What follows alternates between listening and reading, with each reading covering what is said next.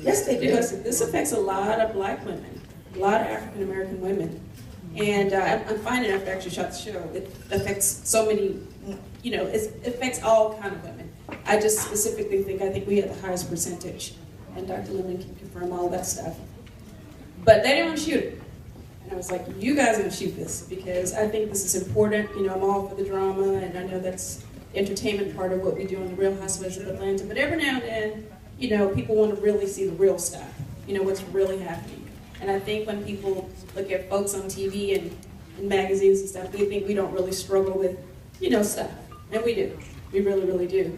And I think my husband and I do an excellent job of making sure you guys know we are just like y'all. We sit and argue and carry on just like everyone else does. We don't really pretend to act like we have some little perfect life because we don't.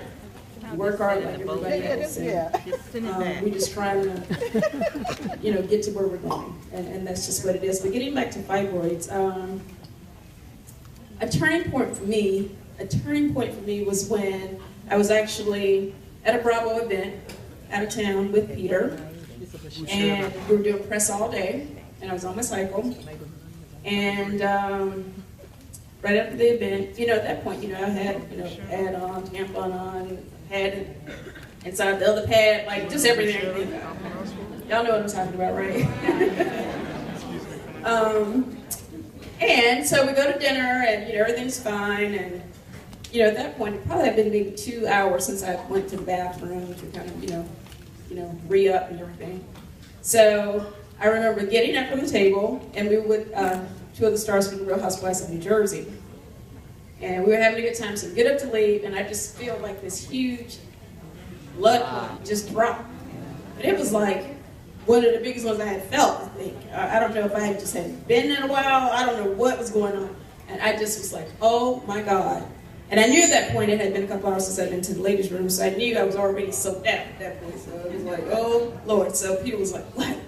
And I was like, he was like, oh God, because he's been dealing with this whole thing since I've been with him. And he's been great, by the way, no matter how they show it on the show. I mean, he's just really, really been really supportive, and even more so when we sat down with Dr. Lippman, because he was able to really explain, that I wasn't crazy, and this is like a real thing that us women with fibroids deal with. And that was great, actually, Dr. Lippman, because now I have so many men, not just the women thanking me for talking about it on the show, but the men are like, thank you, because I just didn't know. I didn't understand it until you guys talked about it on the show. But anyway, getting back to the thing, getting back to the Bravo event. I got up, and literally by the time, my goal was just to get into the elevator and just get to the room. At this point, blood is just, I can just feel it just going down my legs, and I'm walking. At this point, like, it's just crazy, and people are like coming up to me and all of a sudden like, hey, Cynthia, oh my God, you're my favorite, can I get a picture? And I'm like, I didn't even see the blood. They were just like looking at me, and I was just like, oh God. So Peter was like, no, she can't. So anyway, by the time we got into the elevator, I was like standing literally in a pool of my own blood. It was just ridiculous. And, of course, our friends from the Housewives of Jersey just didn't know what to say. I mean, it was just so crazy. And, of course, Peter was embarrassed because the guys they don't want to even deal with our cycle in any way. So they definitely don't want to see you just bleeding all over our hotel. And he had to call downstairs and tell them to come up. And, there was an accident in the elevator. And that was it. I remember just going to the room, taking off my clothes, getting in the shower, and just thinking, God, I can't keep living like this. This is just crazy. Like, am I the only person that really is dealing with this? It's just so embarrassing, and I find that we don't really talk about it. And I think I talk about it all the time. Actually, a couple of my castmates actually suffer with fibroids too, and they don't really talk about it, but I talk about it for all of us. They're like, thanks, Cindy, for putting us out there with you. But yeah, we don't really talk about it. My mom actually suffered with fibroids. She actually had a hysterectomy. She didn't know anything about, what Dr. Lippman does, UFB.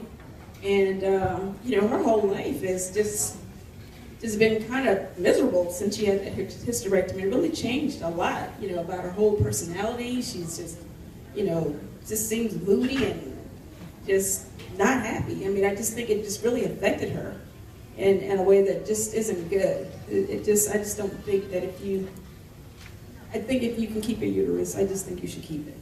My mom is definitely, an example of that. So anyway, to make a long story short, this was a big thing that I was really dealing with. It was really affecting my marriage, my life. I was anemic because of it. I don't have the luxury of being tired. I actually have to get and go to work, whether I feel like it or not. So I was never fun to be around. Never feel like, doing anything extra, with my daughter. She'd be like, hey, Mom, let's go to the mall. I'd be like, girl, please, I wish I would go to Lex right now. I'm getting ready to go lay down. I was able to do what I had to do because I didn't have a choice. And I didn't realize really how bad it was until I actually had the procedure, to be honest. And then I was like, oh my God, I was really just a hot mess. This was just horrible. But it's the best thing I ever did. My only regret, to be honest with you, is that I didn't do it sooner. I wish to God I had done it sooner. My life would have been a lot easier. I felt, even after a week after the surgery, I felt better.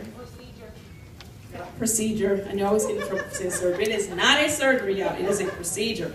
And it really is a procedure because I was really able to go back to work in 4 days after I had it. I felt fine. It took 5 days, but I really could have went back to work if I had to.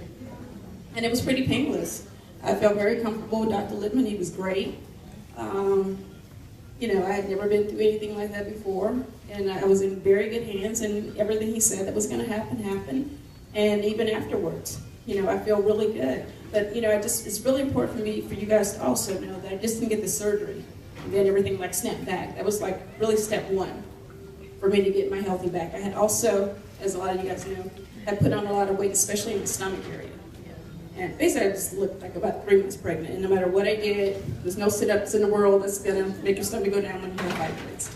And it's just always a bloated feeling, no matter what, which kind of sucks because after a while, your clothes, it's like gaining weight is one thing, but just gaining weight in your stomach, it's just well, this is not fun, I ended up, after the procedure, I made a conscious decision. I'm 46 years old. Shout out to my 40 and up girls up there. I own it. I do not ever lie about my age. I feel like I represent the 40s women very well. And I'm very proud to say that I am healthy and 40 and I don't really have any major health issues at all. That's a blessing. That is really a blessing, and I do not take it for granted. And just, after the whole fibroid thing, just, health in general, especially at this age, I feel like I really want to just be more of a health advocate and just really practice what I preach and really get myself together. So I started working out. I only work about 3 days a week. That's about all I can do, but I commit to that. And I don't really feel like going in, but I go. I went today. Actually drugged Peter with me today. And I actually started a health management program who kind of heard about, what I was going through with my fibroids, and they were kind enough to start me on their program where they actually send me food and stuff. Because my schedule, how it is, when you get hungry, you're just going to roll up in Wendy's and go ahead and get that number 2 and get it over. But I have my nice little bag of food in the back. So as long as I can get to a microwave, I can eat healthy. And the great thing about JennaBeat.com, it's great because it's really, they get your DNA, and it's all it's stuff that works for you, because what may be good for me may not be good for you. They may want me to have more carbs and you to have no carbs. So that was pretty great. And it was just a process. It was just a process. And you can't take our health for granted. And I don't even know where these fibers come from. I wish somebody could just tell me how it all happened. But we don't, a lot of different things, stress, our diet. But in any case, wherever they come from, I know y'all need to get rid of them if y'all have them, because I just really don't know how I lived with them as long as I did. And I don't know how Peter didn't divorce me, or I don't even know why he married me, y'all. I was such a mess with these fibroids. It's a big thing, it's a serious thing, and I'm really, really super glad that I talked about it on the show. I have women, all kind of women, Asian women, I didn't know the guy, coming up to me at the airport, oh, thank you for talking about fibroids. I have fibroids. I'm like, you have it too? I feel like everybody has. I feel like once I started talking about it, because nobody talks about it, I feel like every